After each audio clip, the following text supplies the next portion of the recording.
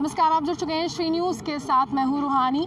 जम्मू कश्मीर की पूर्व मुख्यमंत्री जम्मू में मौजूद थे और कहीं ना कहीं यही इंतज़ार था कि किस तरह से धारा 370 के संरक्षण के लिए कुछ बयान देती हैं। और अभी की बात की जाए तो महबूबा मुफ्ती ने एक बड़ा बयान दिया है और केंद्र सरकार को कटघरे में रखा है, केंद्र सरकार को घेरने की भी कोशिश की है।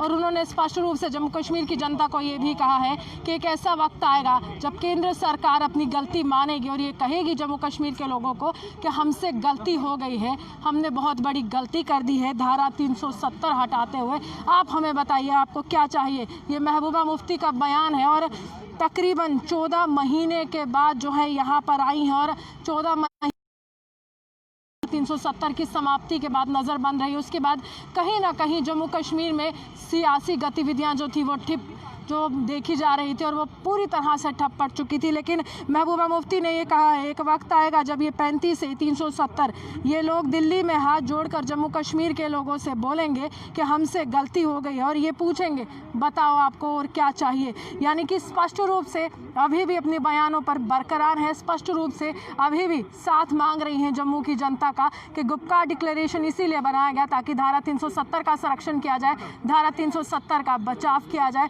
और उसी बचाव के लिए यहाँ पर वो मौजूद है ताकि गुपकार डिक्लेरेशन के लिए समर्थन जुटाया जाए। कुछ और बयान महबूबा मुफ्ती ने दिए। हालांकि अभी की तस्वीरें मैं आपको जम्मू से दिखा रही हूँ। पार्टी मुख्यालय के बाहर अभी भी सुरक्षाकर्मी तैनात है, अभी भी पुलिस की पूरी तरह से तैनाती है और यहाँ पर अगर हम कहें पूरी तरह से आश्वस्त भी हैं कि जम्मू की आम जनता जो है उनको साथ देगी। और महबूबा मुफ्ती ने स्पष्ट रूप से केंद्र सरकार को घेरते हुए कुछ अहम बातें भी कही हैं। उन्होंने राम राज्य का जिक्र किया है कि किस राम राज्य की बात करते हैं आप, यानी कि हाथरस की जो घटना जिससे कहीं ना कहीं पूरा देश जो है काफ़ी ज़्यादा गमगीन हो गया था, वो एक आत्मा को झंझोरने वाली घटना थी, उसका भी जिक्र किया और उसके साथ जो है राम राज्य को महबूबा मुफ्ती के साथ कहीं ना कहीं जोड़ा गया। और ये भी कहा गया, मैं जिस झंडे की बात करती हूँ वो मुफ्ती साहब के सामने जो थे मोदी साहब जब आए थे वहाँ पर शपथ ली गई थी, मुझे वो समय याद है, इसलिए वो अपने तमाम बयानों के लिए बरकरार हैं। यानी कि तमाम बयानों पर अभी भी स्थिर हैं कि कोई भी बयान जो है उन्होंने वो गलत नहीं दिया है। और ये भी कहा गया जम्मू कश्मीर का झंडा जो है हमसे छीन लिया गया, रात के अंधेरे में एक फैसला होता है और सुबह जो है 370 छीन लिया जाता है। क्या कोई भी पार्लियामेंट ऐसा कर सकती है? लेकिन भारत की पार्लियामेंट ने ऐसा किया, यानी कि भारत की संसद पर भी महबूबा मुफ्ती ने कुछ सवाल उठाए। वहीं यहाँ पर यह भी कहा गया है कि जम्मू कश्मीर को दबा कर रखा गया, यानी कि जम्मू कश्मीर की जो आम जनता है जो कहीं ना कहीं लोकतंत्र में विश्वास रखती है उस जनता को भी दबा कर रखा गया है। ये एक अहम बात महबूबा मुफ्ती ने एक बार फिर से 370 पर कही है जो मैं कहना चाहूँगी कि संविधान ने हमें धारा 370 दी है और कहा कि जम्मू कश्मीर की जो विधानसभा है, जो असेंबली है, वही इसे हटा सकता है। तो भारत की संसद ने कैसे हटा दिया, यानी कि प्रश्न चिन्ह जो है केंद्र सरकार पर भी यहाँ पर लगाए गए हैं। और एक ये भी बात कही गई, एक तरफ से हाथरस की घटना का जिक्र किया गया, वहीं ये भी कहा गया कि हरियाणा में एक ऐसा कानून पास किया गया है जिसमें हरियाणा के यूथ को ही नौकरी मिलेगी।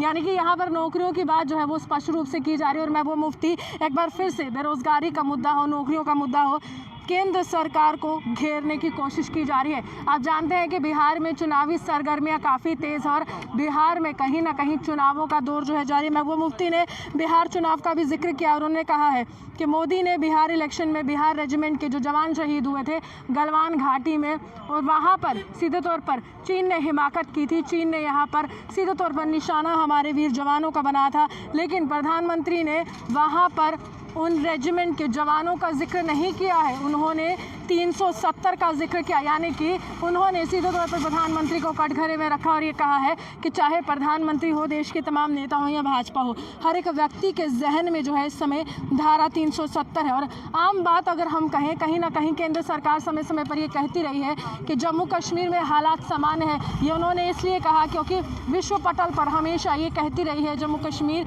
कि यहाँ पर जो है सीधे तौर पर हर तरह से हालात सामान्य हैं और विश्व स्तर पर ये दिखाने की भी कोशिश की है। लेकिन सवाल या निशान यहाँ पर उठाया है और महबूबा मुफ्ती ने ये कहा है अगर जम्मू कश्मीर में हालात सामान्य हैं तो पीडीपी के लीडर्स को प्रोटेस्ट क्यों नहीं करने दिया गया। ये सवाल इसलिए उठाया गया था क्योंकि यहाँ पर आपको बता दें कि जिस तरह से ज़मीनों के लिए अधिसूचना जारी की गई थी, जिसके बाद जम्मू में पीडीपी के दफ्तर के बाहर यहाँ पर कहीं ना कहीं नेता बाहर निकले थे और ज़मीनों की अधिसूचना का विरोध कर रहे थे। उसके बाद कश्मीर घाटी में भी उसी तरह के दृश्य देखने को मिले। तो ये कहा जा रहा था कि आपने जो है हमें विरोध करने का मौका क्यों नहीं दिया गया, क्यों हमारे नेताओं को यहाँ पर जेलों में भर दिया गया। ये मुल्क जो है अम्बेडकर के संविधान पर चलेगा, भाजपा के एजेंडे पर नहीं चलेगा।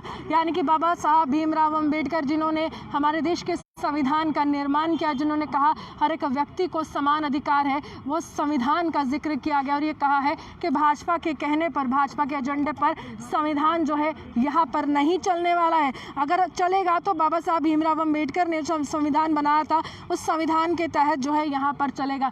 जम्मू कश्मीर में लोगों को दबा कर रखा, ये भी महबूबा मुफ्ती ने कहा है। हालांकि ये भी एक स्पष्ट संदेश है कि आज डॉक्टर फारूक अब्दुल्ला व उमर अब्दुल्ला जम्मू आ रहे हैं, तो बहुत बड़ा प्रश्न ये है कि महबूबा मुफ्ती जो है डॉक्टर फारूक अब्दुल्ला व उमर अब्दुल्ला पर क्या कहते हैं। तो उन्होंने ये भी कहा है कि महबूबा मुफ्ती स्पष्ट रूप से ये कह चुकी है कि भाजपा समय समय पर घेरती आई है और भाजपा समय समय पर ये कहती आई है कि doctor Farooq Abdullah anti national है, लेकिन ये भी कहा है कि उनसे बड़ा सेकुलर व्यक्ति हमने ज़िंदगी में नहीं देखा। यानी कि वो जो है देश के लिए जीते हैं और देश के लिए काम करते हैं। और ये स्पष्ट संदेश ये भी कहा है कि आप चीन को अपनी ताकत क्यों नहीं दिखाते हैं, यहाँ पर अपनी ताकत क्यों दिखाते हैं। और ये एक बहुत बड़ी बात जो है उन्होंने केंद्र सरकार को कही है कि केंद्र सरकार ने हाथ में तिरंगा लिया है मगर पीठ पीछे एजेंडा जो है वो बर्बादी का है। यानी कि स्पष्ट रूप से केंद्र सरकार जिस तरह से तिरंगे पर राजनीति करती आई है, ये महबूबा मुफ्ती का कहना है, वो राजनीति जो है किस प्रकार है कि हाथों में तिरंगा है।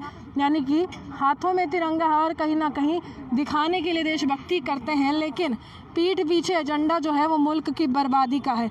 और ये भी कहा गया कि जो कश्मीर के लड़के थे, छोटे छोटे लड़के को यूपी बिहार की जेलों में डालना चाहते थे और कहीं ना कहीं ये भी कहते थे कि हम जो है मिलिटेंट की लाश उनके घर वालों को जो वो नहीं दे रहे थे, मैं ऐसा नहीं कर पाई। यानी कि जो कारण उन्होंने बताया, जिस तरह से कोलिशन सरकार टूटी, उन्होंने ये कहा है कि कश्मीर की जनता के हक के लिए मैं यहाँ पर आई हूँ। और साथ ही साथ उन्होंने ये भी कहा, यानी कि कुछ अहम सवाल थे। अगर पीडीपी के नेताओं से हम सवाल करते हैं, हम यही पूछते हैं कि आखिरकार आपने इनके साथ कोलिशन क्यों बनाई, तो ये स्पष्ट संदेश था कि वाजपेयी जी की जो नीति थी उस नीति को हमने याद रखा, उस पूरे कार्यकाल को याद रखा, किस तरह से वो कश्मीर मसले पर काफ़ी ज़्यादा सजग रहते थे, काफ़ी ज़्यादा प्रतिक्रिया देते थे और चाहते थे कि किस तरह से ये मसला हल हो। तो यानी कि वाजपेयी जी की जो पूरी तरह से नीति थी, रणनीति थी, उसको अपनाना जो था, और कहीं ना कहीं मोदी साहब जो है ऐसा नहीं कर पाए। और साथ ही साथ अगर ये भी कहा जाए तो उन्होंने ये भी कहा कि मैंने पहले भी चेतावनी दी थी, अगर 35 व 370 को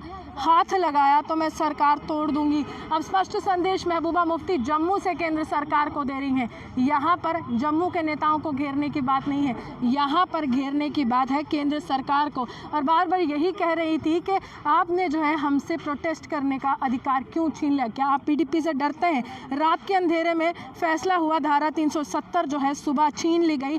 कोई भी पार्लियामेंट ऐसा नहीं कर सकता, लेकिन भारत की संसद ने ऐसा किया है। हालात ठीक है तो डरते क्यों हैं, ये केंद्र सरकार को सवाल जो है महबूबा मुफ्ती ने किया है। वहीं साफ तौर पर ये अहम बातें जो हैं महबूबा मुफ्ती के द्वारा की गई हैं, जिसमें 3 मुख्य बिंदु जो है मैं आपके सामने रखना चाहूँगी। और 3 मुख्य बिंदु यही हैं कि एक वक्त ऐसा आएगा जब धारा 370 व 35 से जो केंद्र सरकार ने हटाया है, यहाँ पर कहा जाएगा केंद्र सरकार की तरफ से, यानी कि जो दिल्ली में दरबार सजता है उस संसद की तरफ से, उन नेताओं की तरफ से कि हमने गलती कर दी है, माफ़ी मांगी जाएगी और ये कहा जाएगा आप हमें बताइए आपको क्या चाहिए। जम्मू कश्मीर की जनता के लिए कहा गया और कहीं ना कहीं आश्वस्त भी कर गए हैं कि अगर आप हमारा साथ देंगे गुप्कार डिक्लेरेशन में तो भविष्य कुछ और होगा, आपको डरने की ज़रूरत नहीं है। वहीं दूसरी अहम बात जो है महबूबा मुफ्ती ने ये कही है कि भाजपा के एजेंडे पर देश नहीं चलने वाला है, देश जो है संविधान पर चलने वाला है, जो बाबा भीम साहब अम्बेडकर जी ने बनाया था। Doctor Farooq Abdullah anti national नहीं है, वो जो है बहुत ही सेकुलर व्यक्ति हैं। ये अहम बातें महबूबा मुफ्ती की तरफ से की गई है। और ये भी कहा गया है कि अगर बिहार इलेक्शन की सरगर्मियां जो है काफ़ी तेज़ हैं तो बिहार इलेक्शन में उन रेजिमेंट का, जो बिहार रेजिमेंट के जवान शहीद हुए थे गलवान घाटी में, उनका जिक्र क्यों नहीं किया गया, बल्कि वहाँ पर भी धारा 370 के मुद्दे को क्यों भुलाया गया। यह अहम बातें महबूबा मुफ्ती ने की हैं और स्पष्ट रूप से यहाँ पर ये भी पूछा है कि किस तरह से हमें हमारा अधिकार नहीं दिया जा रहा। अगर तमाम लोग जो हैं अगर आपके विरोध में हैं तो वो विरोध दर्ज कराने का अधिकार क्यों नहीं दिया जाता। ये महबूबा मुफ्ती की तरफ से अहम बातें जो हैं वो की गई हैं। और बात की जाए उस बयान की जिसमें उन्होंने कहा था कि जब तक जम्मू कश्मीर का झंडा बहाल नहीं होगा मैं तिरंगा नहीं उठाऊंगी, आज भी उसी बयान पर स्थिर है। हालांकि यहाँ पर आपको कहें तो ये पूरी तरह से पार्टी के नेताओं को संबोधित तो कर रही थी, लेकिन निशाना जो था वो केंद्र सरकार पर था, निशाना जो था वो प्रधानमंत्री नरेंद्र मोदी पर था, और निशाना इसीलिए था कि कहीं ना कहीं वो कह रही थी जम्मू कश्मीर में अधिकारों का हनन हो रहा है और आप सबको एकजुट होना है हमारी इस लड़ाई में। हालांकि 7 तारीख अहम रहने वाली, और 7 तारीख को किस तरह से गुपकार डिक्लेरेशन के तमाम नेता जो हैं जम्मू में मौजूद होते हैं। आज उमर अब्दुल्ला जम्मू आ रहे हैं, डॉक्टर फारूक अब्दुल्ला जम्मू आ रहे हैं। एक तरफ से महबूबा मुफ्ती ने यहाँ पर अपने पार्टी के नेताओं को संबोधित किया है, वहीं 2:30 बजे अगर हम कहें तो नेशनल कॉन्फ्रेंस के मुख्यालय में भी यहाँ पर संबोधित करने का सिलसिला जारी रहेगा। उमर अब्दुल्ला यहाँ पर मौजूद होंगे, डॉक्टर फारूक अब्दुल्ला मौजूद होंगे, और किस तरह से सियासी यहाँ पर पासे फेंके जाएंगे वो देखने वाली बात होगी। हालांकि डीडीसी चुनाव की बात की जाए तो कहा गया है कि राजनीति अहम और तमाम राजनीतिक दलों को यहाँ का हिस्सा बनना पड़ेगा। तो गुपकार डिक्लेरेशन के कितने नेता राजनीतिक तौर पर इन चुनावों में हिस्सा बनते हैं, और यहाँ पर जब इस तरह की बयानबाजी होती है और इस तरह का आश्वासन महबूबा मुफ्ती की तरफ से दिया जाता है, जिसमें स्पष्ट रूप से ये कह रही है कि केंद्र सरकार अपनी गलती मानेगी, केंद्र सरकार खुद वापस देगी धारा 370, हाथ जोड़कर ये कहेगी और पूछेगी कि आपको चाहिए क्या। आगे जाकर जम्मू कश्मीर की जनता की किस तरह की प्रतिक्रिया रहती है और जम्मू कश्मीर की जनता राजनीति समझती है और जम्मू कश्मीर की जनता किस तरह से आगे जाकर इस डिक्लेरेशन का साथ देती है, ये चर्चा का विषय है, ये जानने की कोशिश भी करेंगे। लेकिन आप यूं ही हमारे साथ बने रहिए। इसी के साथ जर्नलिस्ट पारस के साथ मैं रूहानी आपसे विदा लेती हूं। नमस्कार।